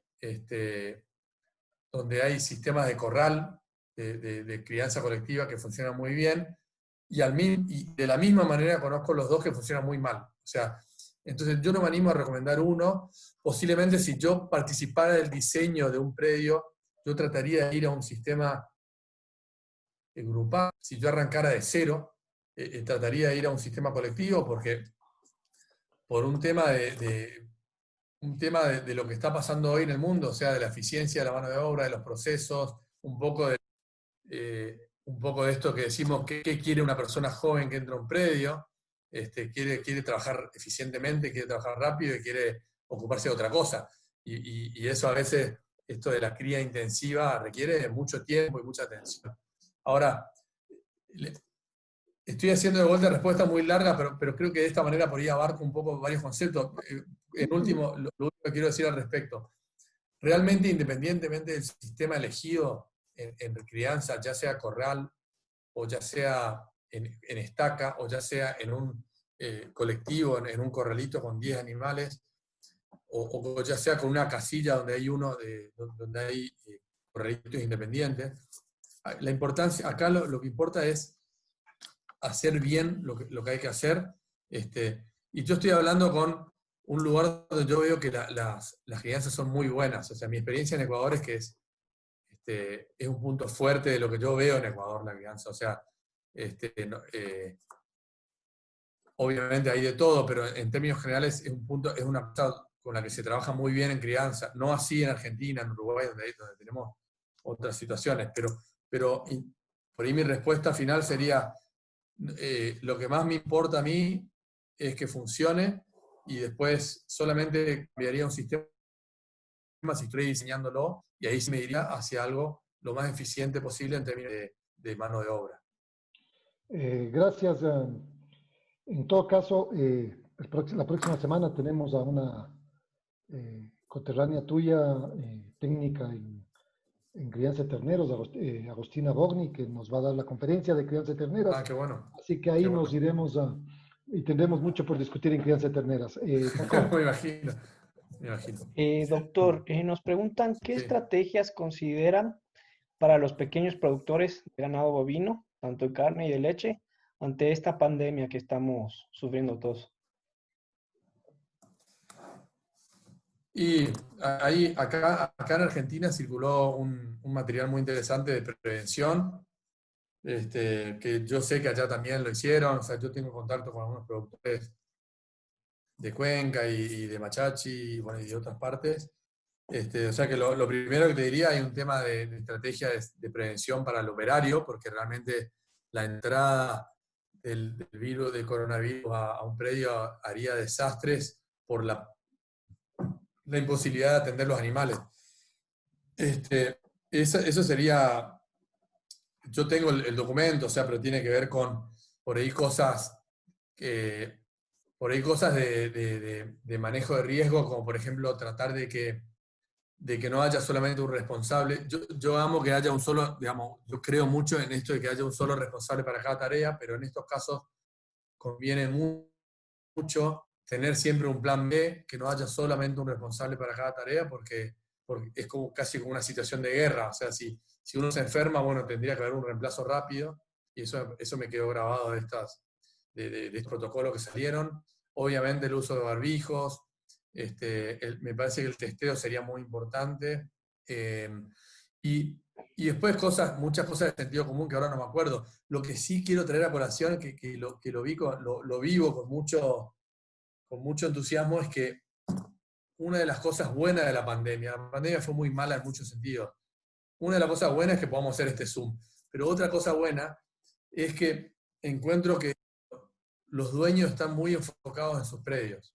Creo que hay un nivel de preocupación que yo no estaba acostumbrado a ver, mucho más presencia de los dueños, y mucho foco en los procesos como hace mucho yo no veía, y eso creo que es un efecto colateral bueno de la pandemia. Pero bueno, más que eso no me animo a decirte, Jacobo, porque no quiero, realmente no. Podría compartir el documento. Cristian. Muchas gracias. Una pregunta más. Nos dicen en el sistema ecuatoriano y peruano, la cría del ganado sobre los 3.500, 3.600 genera más requerimientos en el tiempo de crecimiento del pasto como en el esfuerzo del animal. ¿Cuál sería tu recomendación entre los porcentajes de pasto y concentrado? Ok, Aquí te voy a buenísimo. acotar algo más, Gonzalo, que Por yo tengo favor. una pregunta que Sí. me llegó, que es al chat. ¿Cuál es la diferencia del desempeño de la etapa vegetativa del pasto y el desempeño de una vaca dependiendo la altura, hablando de más de 3.300 metros de altura? Ok. Que creo que se Eh, complementan las dos, ¿no? sí, sí, sí. Bueno, mira, yo cuando empecé a trabajar en la altura, empecé a ir a Ecuador en 2014, la verdad que fue la primera vez que tuve exposición al tema de la altura. Yo me crié en el llano, o sea, y no pude encontrar bibliografía que me ayude a entender un poco las cosas que pasan a nivel celular, y posiblemente haya, y si alguien encuentra, por favor, me la comparte, pero anecdóticamente y empíricamente muchos productores me decían, no, mirá, acá en la altura el pasto crece menos. Y yo no entendía por qué, porque no le veía la razón, pero lo terminé viendo y lo terminé experimentando. Entonces, para mí, para contestar un poco las preguntas y ser un poco pragmático, que hay efecto, uno puede discutir o no, pero el efecto es empírico y el productor que conoce más que nadie su campo, su predio, si dice que hay efecto, hay efecto. De la misma manera que hay lugares que son más secos o hay suelos más pobres que producen menos forraje. Entonces, independientemente que sea la altura, yo pondría sobre la mesa para discutir de que, bueno, si vos tenés un predio que está a 3.500, 3.600 metros sobre el nivel del mar y eso tiene un impacto negativo sobre la expansión de las vainas o la expansión de las hojas o que acumulás menos forraje que aquel predio que está a 2.800, a mí no, realmente en el análisis no importa el motivo, lo que importa es entender cuál es el comportamiento de tu curva de forraje. O sea, entonces yo soy muy pragmático en la respuesta. Olvidémonos del por qué y asumamos de que está bien, vos tenés una curva de forraje un poco más achatada que tu vecino que está 500 metros más para abajo. Mala suerte.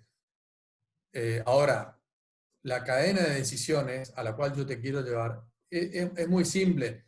Hacer lo mismo que, digamos, no tiene por qué impactar en los porcentajes de pasto y concentrado cuando vos vayas a diseñar tu sistema. Entonces, si yo estuviera trabajando con vos, te diría, pará, vamos a sentarnos. ¿Cuál es nuestra curva de oferta de forraje en el año, como les mostré en esa gráfica? ¿Cómo la podemos mover lo máximo para arriba posible, con fertilización, con refertilización, con riego? Cuando llegamos al tope, bueno, ¿cómo nos comemos ese pasto? Y ahí, no importa si estamos a 3.500 metros o a 1.500 metros, el tema es salir a comerse ese pasto. Ahora, cuando me salgo a comer ese pasto, yo voy a diseñar un sistema para que tenga no 100% de pasto, salvo algunas excepciones, porque 100% de pasto significa calidad suprema en la cosecha y cierta vulnerabilidad ante los cambios de calidad. Entonces yo diseñaría un sistema con alto porcentaje de pasto que me dé los números para que sea rentable. Con lo cual, les di una respuesta no fácil porque lo que les estoy diciendo es tienen que ir a hacer la tarea para hacer esas curvas y no importa si crece más o menos el pasto, o sea, si ustedes saben lo que crece, háganlo y diseñen un sistema que les dé los números. Perfecto, Gonzalo. Voy a hacerte una pregunta, le voy a doblar una pregunta de Santiago, de Gonzalo Santiago Pozo, de Machachi. Quería preguntarte qué opinas de añadir la dieta de ganado de producción, dietas de llantén y de brásicas, nabo forrajero. Y adicionalmente, creo que puedes contestar ahí mismo cuál es el porcentaje más conveniente en el porcentaje de pasto y de balanceado para la nutrición de una vaca lechera. Bueno, a mí el nado forrajero y el llantén me encantan. Carlos Batalla, varias experiencias con grupos de productores y técnicos y hay suficiente cantidad de experiencia en rotación de los potreros, pero también... Se fue la señal de Gonzalo. Se cayó. Creo que se cayó Gonzalo. Vamos a esperar un minutito que se vuelva a conectar. Mil disculpas. Estos son los inconvenientes cuando se hacen vivo las cosas. Ahí está. Ya está, ya está. Listo, Gonzalo. Colocar el micrófono. Estás sin micrófono, Gonzalo. Perdón. Ya estás, Ahí ya está. estás. Hola, hola, hola. Ahí está. Entonces, conceptualmente, me parece que una cosa es... Ahí está. Tanto el nado forrajero y el llantén, para mí son herramientas para meter dentro de una cadena forrajera y entender la curva de oferta de forraje. Las veo como una herramienta muy útil, que tiene muy buenos resultados, sobre todo el llantén, como digo, con experiencia en Ecuador, que me parece muy bueno, inclusive con potreros de llantén puro. Así que la otra pregunta de Santiago, le mando un saludo a Santiago Pozo, es ¿cuál es el porcentaje, si no me equivoco, cuál es el porcentaje de pasto en la dieta que es mejor para la vaca? Sí, ¿Esa pues es la la pregunta? relación concentrado-pasto.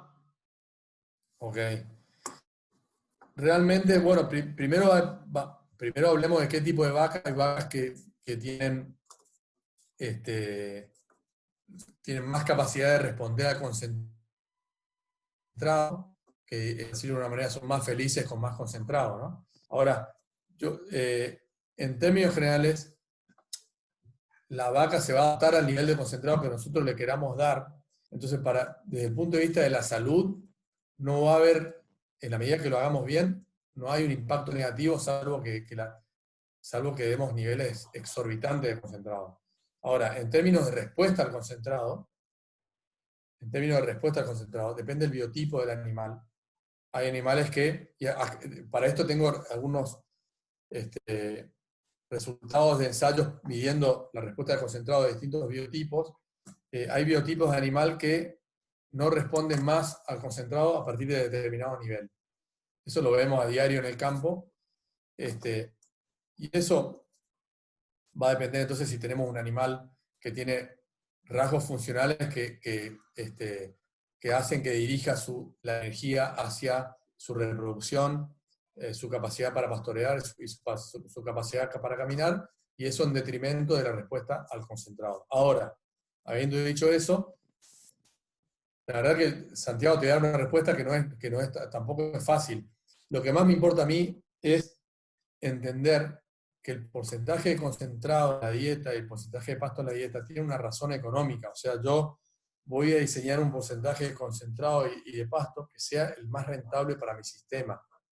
Y en términos generales, con los sistemas de Machachi o el sistema de la Sierra, Ecuador, el porcentaje de pasto en la dieta más rentable en el largo plazo, y esto no quiere decir desatender la parte de concentrado, lo que significa es, lo que sí tiene que ver es, lo que quiere decir es bloquear un porcentaje de pasto que a veces va entre más del 50% seguro, puede llegar a ser 60, 65, 70, depende de las condiciones, y ahí estamos hablando de 7 por 2, 14, entre 12, 13 kilos de pasto por día. Entonces imagínate una vaca que come 12 a 13 kilos de pasto por día, me parece un buen objetivo para diseñar un sistema rentable, sustentable. El resto, los 5, 6, 7 kilos que faltan, dependiendo del biotipo, venimos a decir que 5 kilos pueden ser de concentrado y el resto pueden ser de alguna reserva, un silo o un enolaje. Creo que ahí vamos a andar bien. Gracias, Gonzalo. Vamos con la última ronda de preguntas, porque honestamente, por el tiempo, agradecerle a Gonzalo, estamos casi 1 hora 40 minutos, así que vamos, Jacobo, con tu pregunta, por favor. Doctor, según su criterio y consideraciones, ¿cuál es su criterio y sus consideraciones para recomendar el manejo de un ordeño por día? Ok, buenísimo. En Nueva Zelanda, que es donde por lo menos son los que más trabajaron con más potencia en el tema y pusieron más foco, y estuvo Colin Holmes, mientras que sus últimos años de vida organizó grupos de discusión de Once a Day Milking, un ordeño diario. Pero no es el único lugar del mundo donde se hace haciendo en Irlanda, se hace en países escandinavos, y hay algo de experiencia en Argentina y en Uruguay, pero más que nada en Argentina. Ahora, el 30% de las ganaderías de leche en Nueva Zelanda lo hacen en algún momento de la lactancia. Entonces, primero lo tomaría como una herramienta. Como hoy hablamos del nabo forrajero, del llantén, un ordeño diario es una herramienta que uno tiene a disposición cuando a veces tiene un rodeo. Volvamos a esto de la condición corporal. Imaginemos que tenemos un rejo que se está por secar dentro de 2 meses y está con una condición baja. Bueno, ahí es una herramienta válida, que tiene su desafío, que hay vacas que no la aguantan, pero yo la probé cuando yo gestionaba ganaderías. Yo tenía lotes de vaquillonas que estaban muy flacas y pasé a un ordeño diario y lo usé como herramienta y funcionó bien. Las vaquillonas ganaron condición y se preñaron. Entonces, como herramienta, es una herramienta muy útil. Ahora, como parte de un sistema, y bueno, depende de varios factores para que funcione bien. Y esto es importante recalcarlo, porque a veces hay malas experiencias y hay frustraciones con respecto a la técnica, a la tecnología, porque no se encararon con la preparación en el conocimiento. Cuando digo preparación en el conocimiento es entender de que hay tipos de vaca que, o sea, no es una tecnología para cualquier tipo de vaca. En términos generales, cuando uno ve la literatura publicada, la tecnología tarda entre 3 y 4 años para encontrar, después de los descartes, el grupo de animales que aguantan la tecnología. Segundo, requiere un nivel de ordeñe supremo, o sea, la calidad del ordeñe debe ser muy buena porque hay una sola visita a la sala de ordeñe. En términos generales, hay resultados muy, muy interesantes que compartió el doctor López Villalobos conmigo hace poco, donde el tambo experimental de Massey University, donde se ordeña una vez por día hace varios años, ya logró el nivel de sólidos por vaca comparable con el promedio de Nueva Zelanda. O sea, el promedio de Nueva Zelanda y el tambo experimental de Once a Day Milking de Massey University tienen el mismo nivel de sólidos. Con lo cual, lo que antes se decía que hay un 20% de producción, hoy ya dejó de tener razón de ser, por el hecho de que hay que pasar por esos 4 años de descarte voluntario hasta encontrar el rejo. Y ahora, la verdad que me parece una tecnología espectacular, son cosas que por ahí son básicas, capaz que ustedes ya las manejan, pero obviamente permite una condición rural muy buena al secado, mejor fertilidad, mejor calidad de vida para los operarios y casi los mismos niveles de rentabilidad que sistemas de 2 ordeñes diarios. Lo último, el LIC y las empresas, no solamente el Livestock Improvement de Nueva Zelanda, sino otras empresas genéticas del mundo, están trabajando para encontrar los mejores toros para, como un rasgo funcional para sistemas de una ordeña, y creo que ese es el futuro. Vamos, Cristian, con... Como enfocaba en los problemas de hipocalcemia y de cirrosis, acá en Ecuador también tenemos el problema de hipoxia en las vacas. No se te escucha, Cristian, está muy mal tu micrófono. Decía que está consultando que la hipoxia y el problema cardíaco va relacionado con los niveles altos de fertilización en altura. ¿Qué considera?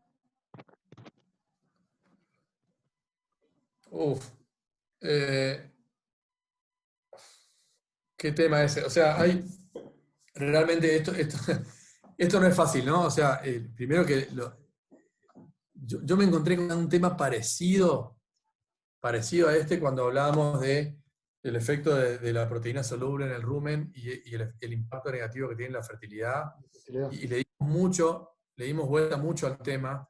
Inclusive terminé escribiendo una publicación junto con Carlos Batalla, que la pusimos en Infortambo, porque hicimos una revisión muy buena de investigadores ingleses y neozelandeses y australianos, Ian Lin y, bueno, y una serie de investigadores. Realmente hay un acostumbramiento metabólico para el caso de la proteína soluble en el rumen, que resulta en que es parte de las razones por las cuales hay vacas que aguantan más que otras los ingresos altos de proteína soluble en el rumen. Y eso es una mirada. Pero la otra mirada, Cristian, y la persona que preguntó, es que yo conozco inclusive dentro de Ecuador sistemas en la altura donde eso no es una preocupación. O sea, se logran altos niveles de producción, de reproducción y de fertilidad, fertilidad de animal. Y realmente no hay, y por ahí el vecino que está a la misma altura tiene esos problemas. Entonces a veces con la precaución del caso, de entender mejor el problema, pero este problema puntual, pero yo me animo a decir que hay factores que son generales, que son grandes, que tienen que ver con entender que hay sistemas, de la misma manera que en Nueva Zelanda, en Australia y en Irlanda, se inseminan las vacas en el momento donde hay mayor cantidad de proteína soluble en el pasto y en consecuencia en el rumen, y tienen los mayores niveles de fertilidad del mundo.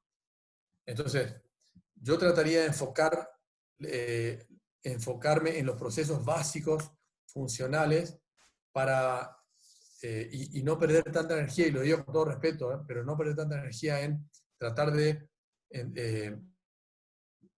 buscar por ahí una razón que tenga que ver con la hipoxia, porque no la veo, a no ser que no haya, por ahí alguien por favor desmiéntame, pero no le pondría tanto foco a eso, pero, y sí trataría de entender qué es lo que están haciendo los que sí en la altura logran buenos resultados.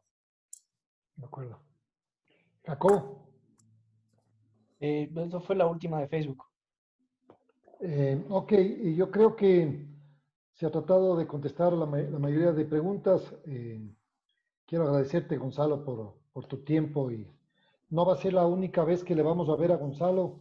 Ya estamos conversando para que sea parte del staff de AgroTraining y siga nutriéndonos con toda su información, haciendo conferencias específicas, y vamos a hacer un tema dinámico todos los jueves. Obviamente, este próximo jueves tenemos el de crianza de terneras, como les decía, con Agostina Bogni, así que les esperamos. Gonzalo, quisiera... Una cosa, Rodrigo, una cosa, porque la verdad que deben haber preguntas que no quedaron sin responder, o alguna que quedó inconclusa. Lo que les pido es, o sea, yo estoy disponible si me quieren mandar un mail, Jacobo, Cristian, por ahí quedaron preguntas inconclusas. Digamos, vamos a hacer, todas las semanas yo estoy disponible. Si me quieren mandar mail, yo busco una mejor respuesta, encantado de la vida, y si no, bueno, fue un placer. Y de vuelta, muchísimas gracias, Rodrigo, y todo el equipo por invitarme. No, gracias a ti. Ya te tendremos de nuevo por acá con nosotros en este modelo de AgroTraining. Así que quiero agradecer al Visto y al Bet por su auspicio, a la vez al apoyo de AXO, Floral, Agroveterinaria de San Fernando y Ceprovet. A ti otra vez mil gracias, Gonzalo, por tu apoyo, y a todas las personas que nos han acompañado, y les esperamos la próxima semana. Trataremos de ver si te mandamos las preguntas que estén inconclusas, a ver si después nosotros con los correos que tenemos direccionamos las preguntas directamente a la persona que tuvo la inquietud. Eso sería todo, y una buena noche, y les esperamos el próximo jueves a la misma hora con crianza de terneros, con la experta en crianza de terneros, Agostina Bogni. Muchas gracias a todos. Gracias a ustedes. Adiós. Buenas noches.